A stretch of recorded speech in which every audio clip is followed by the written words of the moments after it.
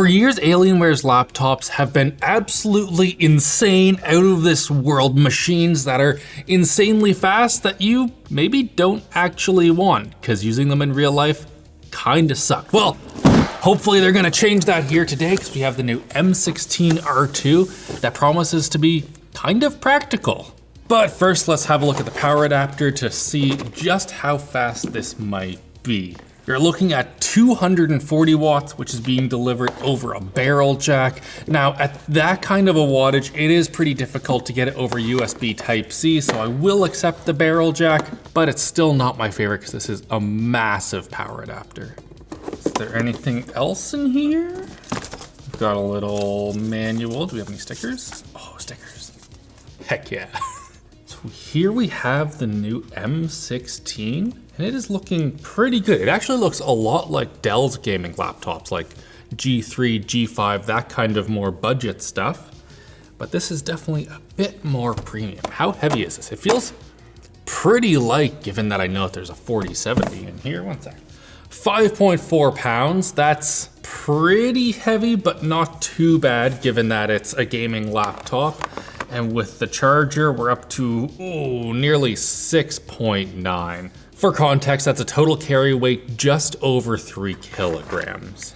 Looking at the I/O, it is quite solid. On the right side, we have a micro SD card reader and 2 Type A ports that are in the exact correct spot to make sure that if you have a wired mouse, it runs straight into the wire right there. Very bad placement, but I'm glad that they have them.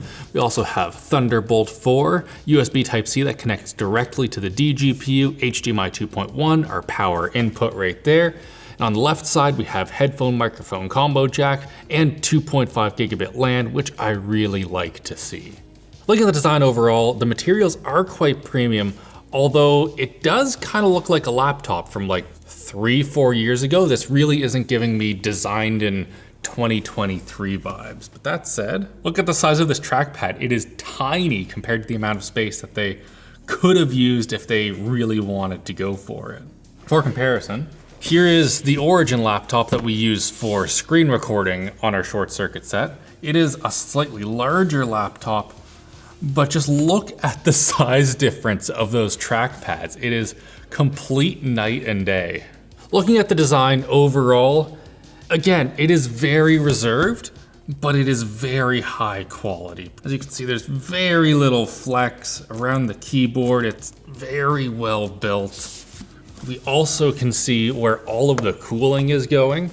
So there's a whole bunch of vents here, vents on the sides and vents on the back. So I believe it's sucking in from the bottom and blowing out there and there and there and there.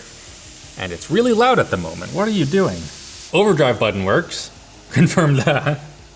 And we also confirmed the segue to our sponsor. Thanks to UPDF for sponsoring this video. UPDF is your ultimate AI PDF assistant powered by GPT-4o. Whether you're on Windows, Mac, iPad, iOS, or Android, UPDF makes editing, annotating, OCR, signing, compressing, sharing, and converting PDFs a breeze. Its clean and user-friendly interface is great for everyone from beginners to pros. UPDF's AI is helpful for summarizing papers, especially in science and engineering, by pulling out key info like abstracts and conclusions, and it works in over 30 languages. Plus, it can translate text while you read it. Check out UPDF by using the link down in the description. Looking at this display, the first thing that I'm noticing is that it's not particularly bright, although it is a matte display, so props for that, Alienware. It gets up to 375 nits as tested by our labs, which means it's fine enough indoors. I have it maxed right now and it's acceptable enough. But at the same time, you try and take this outside, not gonna happen. You are not going to see a thing. And that is compounded by the gamma leaning a little bit towards the darker end. So things that are black are going to be more blacker on here. So your dark areas might be not quite as bright as you would expect. That said though, The color accuracy of this panel is absolutely fantastic. It covers 100% of sRGB, although it only covers sRGB. You don't get a wider color space than that. We measured an average Delta E 2000 of 1.42, which is absolutely fantastic. You expect less than 2 to do professional color work, so as long as you don't need the wider color spaces like DCI P3 or Adobe RGB, you can very much trust this display. Now in the future, we are going to be changing our measurements a little bit to Delta E ITP, which is a better way of measuring the colors on a display. And this right here, as our first one, gets an average Delta E ITP of 6.54, which is, again, really good. It's not quite as good as like a MacBook in reference display mode, but you know what a MacBook can't do? Display 240 FPS straight to your eyeballs. That's right, this thing right here has a 240 Hertz panel and 1600p, so that's like 1440p, but a 16:10 edition, which is just fantastic because I really love that even gaming laptops like this have those slightly taller displays because it makes more sense for the size of a laptop, and also it's just so much better for professional applications, browsing the web, that sort of stuff. What also is great are the specs of this thing. So we have the Intel Core Ultra 7 155H. If you really want it, you can go up to the Ultra 9, but I suspect that's not going to be getting you a whole lot more performance.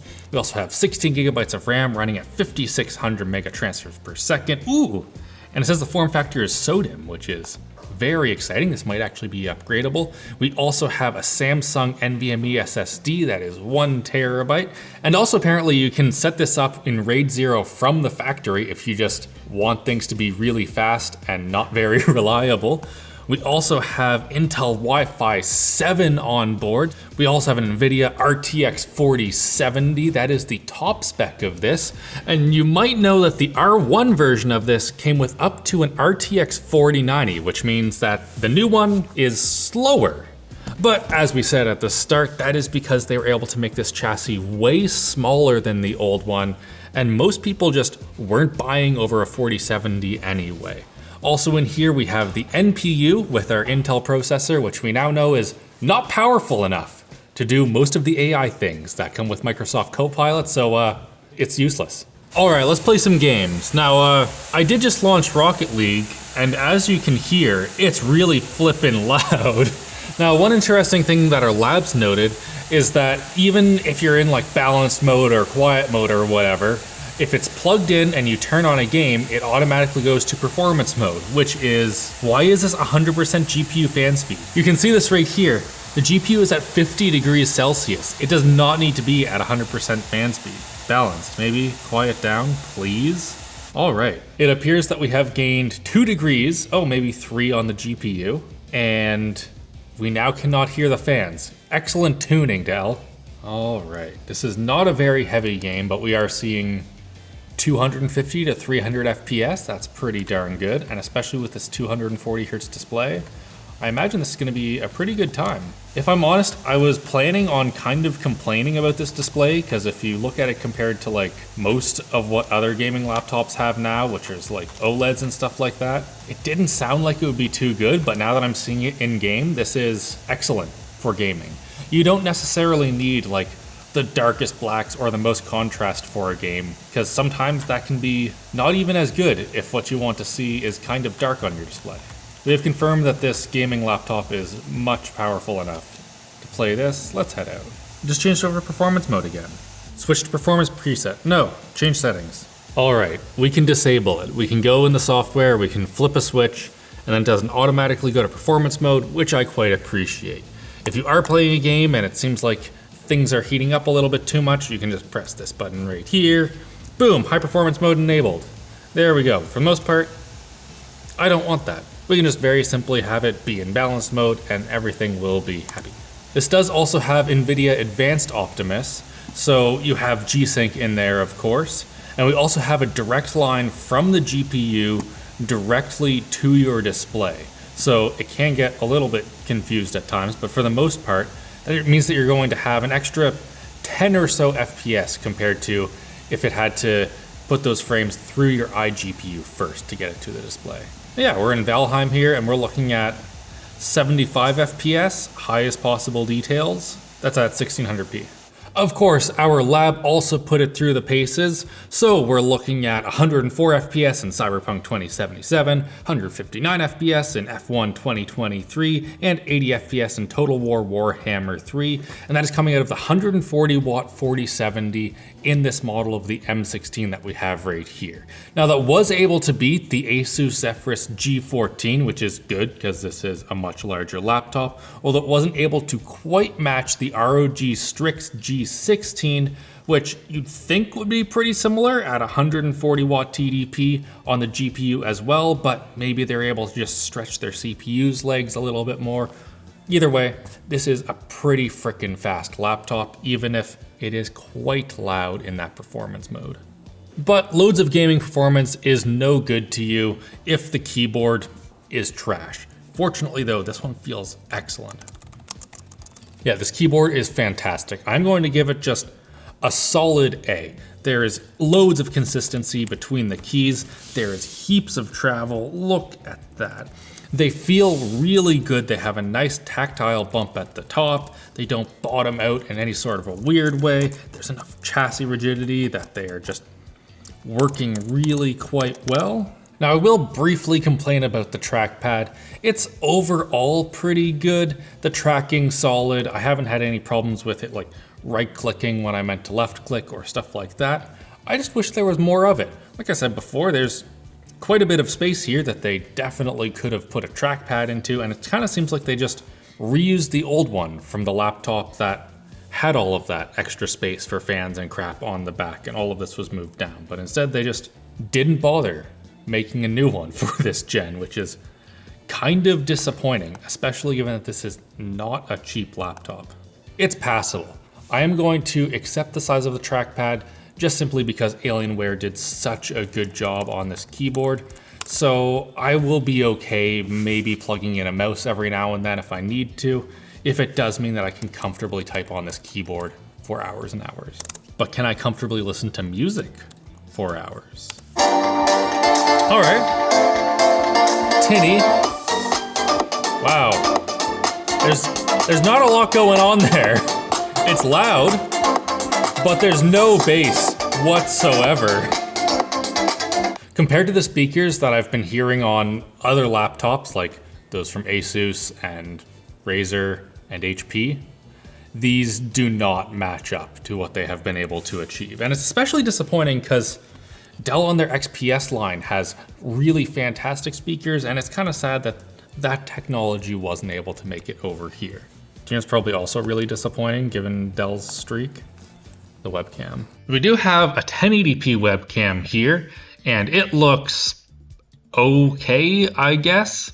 I look really blocky and kind of blotchy, and overall just not particularly flattered by what I am seeing. But at the same time, it's not doing anything egregiously wrong. It's exposing for my face as well as it can, even though it's kind of completely blown out right there. It's so grainy and overall trash looking that... Whoa, look at those halos. Whenever I move it, the image stays for a second. I would say that webcam is perfectly acceptable, even though not good at all. Hopefully the Qualcomm laptops that are coming out now will just blow this out of the water. Or they do. I can tell you that for sure. One thing that is very nice about this camera though is that there's IR sensors up here, so you can use Windows Hello facial recognition to get into your laptop, which is my personal favorite way to get into a laptop. One thing I have been noticing though is that it's getting really warm around this. It has the exhausts on the side that are blowing out this way. And the area on the mouse pad, even though we haven't been gaming for a while, is really hot. These are kicking out a lot of heat, and I imagine if you're to play games for half an hour or so, your hand over here is going to be getting very toasty, especially if you're gaming in the summer, so note that. 8 Phillips head screws later, and we are in, and I am quite impressed. So many laptops these days do not have upgradable RAM, and I love to see that Alienware has kept on including that here, even in their M line, which is, you know, supposed to be a little bit thinner and lighter. This right here, huge bonus for me. So we only have 16 gigabytes of RAM in our model here, If you need more in the future, just put in more. You can just do it. Super easy to do this. I absolutely love to see that kind of upgradability, and it moves this laptop up a couple of places for me personally. Also, if you want to put in a second SSD, you can do so right here if you didn't spec one from the factory. And if for whatever reason Wi-Fi 7 doesn't work in a couple of years, well, you can just replace your Wi-Fi card as well. So that is about as good of upgradability as we can expect from a laptop like this, so good job, guys. Also, looking at the heatsink here, it's nothing too crazy. We don't have a massive vapor chamber. We just have a couple of heat pipes going to our vents on the back and on the sides. We've got 2 fans that are just pretty typical fans for your laptop. But the star of the show here, besides our SOTA memory, is the 90 watt-hour battery. Now, this being a gaming laptop, it's not the most efficient in the world, but we were still able to get over 7.5 hours in our battery life endurance test, which is pretty good for a laptop like this. Something like the Asus G14 does beat it. Pretty much every Ryzen gaming laptop does beat it, actually. But for an Intel gaming laptop, it is really quite good. I feel like it's very rare these days that a computer manufacturer manages to just make something that overall is solid. There's nothing about it that blew me away. I wasn't like, oh, an OLED screen, wow.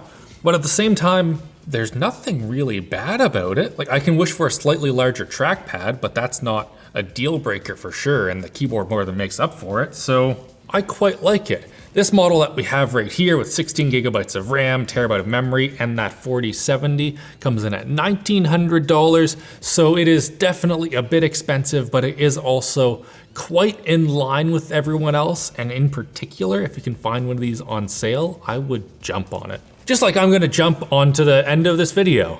Hit like, get subscribed, and just have a great old day. See you later.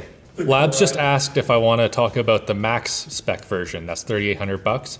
I don't, that's stupid. Don't buy that one, just upgrade it yourself.